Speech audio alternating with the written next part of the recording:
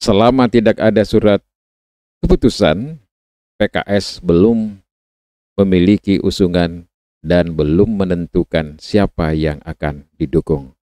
Kata Amri Arsyid saat ditemui wartawan tentunya ya, Ketua PKS Sulawesi Selatan.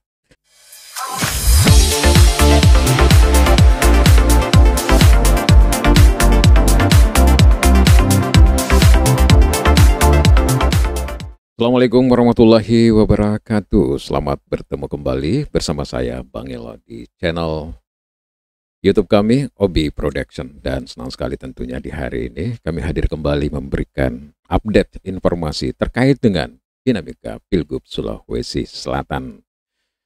Nah, tentunya teman-teman sekalian, sama-sama kita ketahui bahwa wacana kolom kosong yang terkait dengan Pilgub Sulawesi Selatan masih terus bergulir.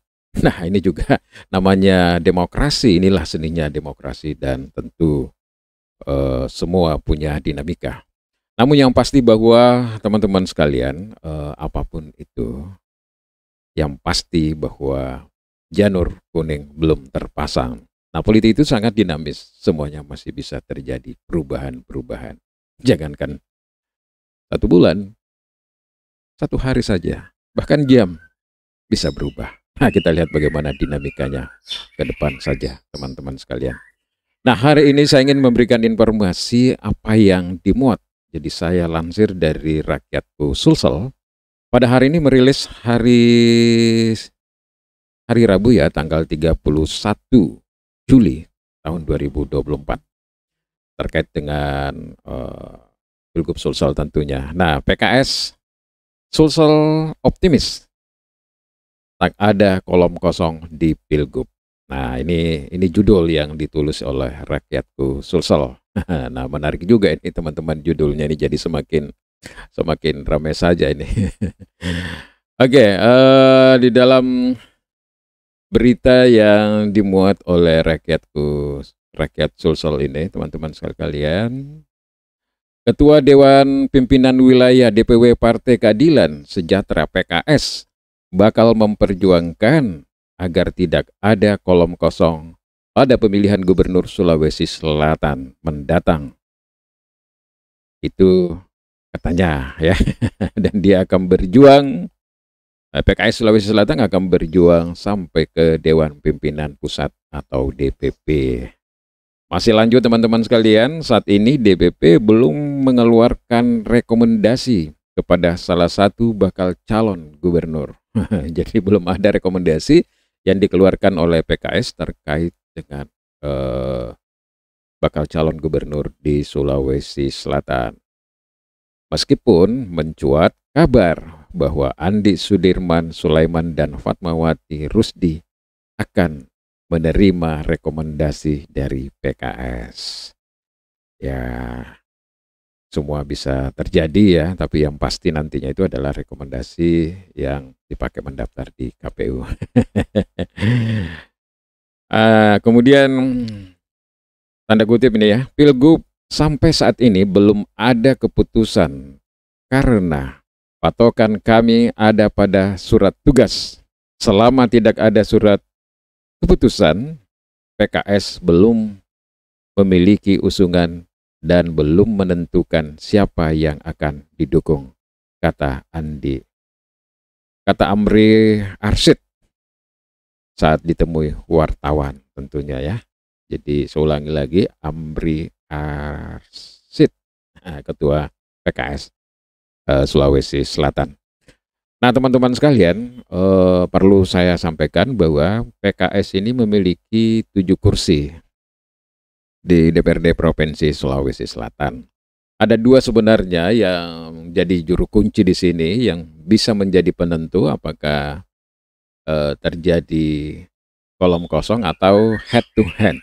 Ini jika kita menganggap bahwa Golkar, kemudian Nasdem, kemudian Gerindra, kemudian Partai Demokrat, kemudian PAN itu ada di pasangan petahana Bapak Andi Sudirman Sulaiman dan Ibu Fatmawati RMS, tentunya sebagai kader Nasdem ya.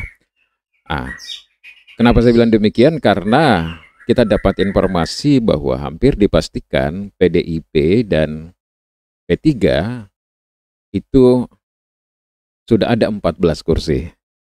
Jadi kalau misalnya ditambah 7 dari PKS mencukupkan kendaraan pasti untuk Dani Pamanto, entah siapa pasangannya ya yang jadi nantinya. Kalau bukan PKS, katakanlah PKS juga akan bergabung, maka yang penentu kedua di sini adalah PKB. Karena PKB ini memiliki 8 kursi yang ada di DPRD Provinsi Sulawesi Selatan. Dengan demikian, jika PKB juga bergabung ke Dani Pamanto, Wali Kota Makassar 2 periode ini, maka ada kemungkinan juga tidak terjadi kolom kosong. Nah, teman-teman sekalian, kita tunggu saja bagaimana perkembangan ke depan ini, karena kelihatannya ada juga upaya-upaya memang untuk supaya tidak terjadi kolom kosong di Pilgub Sulawesi Selatan. Kita lihat beberapa komunitas-komunitas, bahkan ada komunitas-komunitas misalnya dari Pak Prabowo dan sebagainya, itu membangun komunikasi dengan beberapa bakal calon gubernur di Sulawesi Selatan. Satu tujuan mereka adalah bagaimana supaya Pilgub Sulawesi Selatan ini tidak terjadi kolom kosong. Nah, teman-teman sekalian, ya memang ini debatable ya, persoalan interpretasi kita terhadap kolom kosong. Ada yang mengatakan itu juga dalam bentuk demokrasi karena diberikan ruang oleh undang-undang. Benar. Ada juga yang mengatakan bahwa demokrasi tanpa kompetisi ini juga ini juga lain gitu ya, teman-teman sekalian. Tapi sekali lagi yang namanya dalam kontestasi demokrasi di situ kan banyak kepentingan yang bermain. Dan terkadang apa yang ada di depan itu tidak ada artinya, justru yang di belakang itu yang biasa banyak yang menentukan. Teman-teman sekalian. Nah, seperti itu informasinya. Bahkan salah satu kandidat bakal calon gubernur Sulawesi Selatan yang juga masih menjabat wali kota Makassar sudah 2 periode mengatakan bahwa pandangan mereka terkait dengan kolom kosong ini tidak sama dengan yang ada misalnya katakanlah contoh di Jawa Timur. Di sana memang tidak ada yang berani yang melawan Ibu Hovifa misalnya. Begitupun yang terjadi di Maros di Sulawesi Selatan. Memang tidak ada yang mendaftar. Jadi kemungkinan memang kota kosong. Nah, dalam konteks Sulawesi Selatan sedikit agak berbeda karena banyak yang mendaftar di partai-partai, banyak mendaftar di PKB, banyak mendaftar di PKS. Semuanya itu adalah calon-calon gubernur. Katakanlah Dani Pamanto juga mendaftar. Bapak Ilham Arif Sirajudin juga mendaftar. Begitu. Teman-teman, sehingga menurut saya ini memang semakin menarik ini kontestasi demokrasi di Pilgub Sulawesi Selatan. Bahkan saya lihat ini lebih hangat dibandingkan dengan pemilihan wali kota Makassar. Paling tidak untuk saat ini. Kita nggak tahu ke depan ya, jangan sampai Makassar tiba-tiba juga lebih hangat ya. Biasanya demokrasi seperti itu ya pelan-pelan, tapi mendekati pendaftaran tanggal 27 Agustus nanti ya mungkin sudah mulai, atau paling tidak memasuki bulan Agustus yang mungkin tinggal 1 hari lagi ya. Sudah mulai ramai ya teman-teman sekalian. Apapun itu, yang pasti bahwa kita warga Sulawesi Selatan tentu punya hak untuk memilih dan mengetahui bagaimana informasi-informasi terupdate terkait dengan pemilihan gubernur Sulawesi Selatan, karena bagaimanapun juga kita menjadi bagian yang terpenting tentunya di dalam kontestasi demokrasi yang diberikan ruang oleh undang-undang satu. Nah, saya selalu mengatakan bahwa pilkada serentak ini adalah merupakan momentum strategis bagi rakyat untuk memilih pemimpin-pemimpinnya, karena bagaimanapun tentu terlalu besar ekspektasi kita terhadap pemimpin yang kita lahirkan untuk bagaimana membawa daerah kita ini menjadi jauh lebih maju dengan kondisi yang ada sekarang ini. Nah, untuk menjadi daerah yang jauh lebih maju tentu ada beberapa instrumen, ada beberapa variabel-variabel.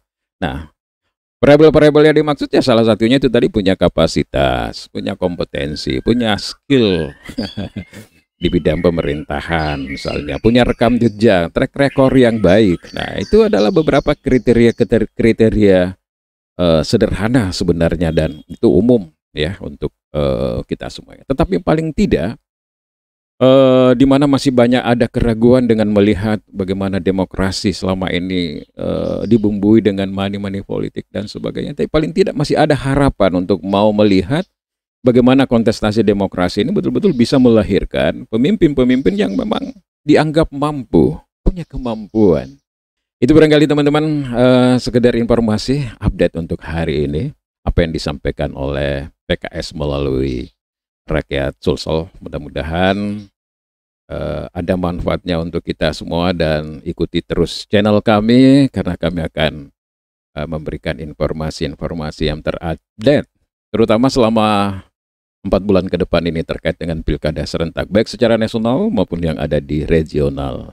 Juga di daerah tentu tidak luput dari penyampaian-penyampaian informasi dari kami. Jangan lupa di subscribe, di share, dan dikasih komentar kalau ada pendapat-pendapat lain. Namanya juga demokrasi, is okay, no problem. Terima kasih teman-teman sekalian, saya Bang Ilo. Assalamualaikum warahmatullahi wabarakatuh.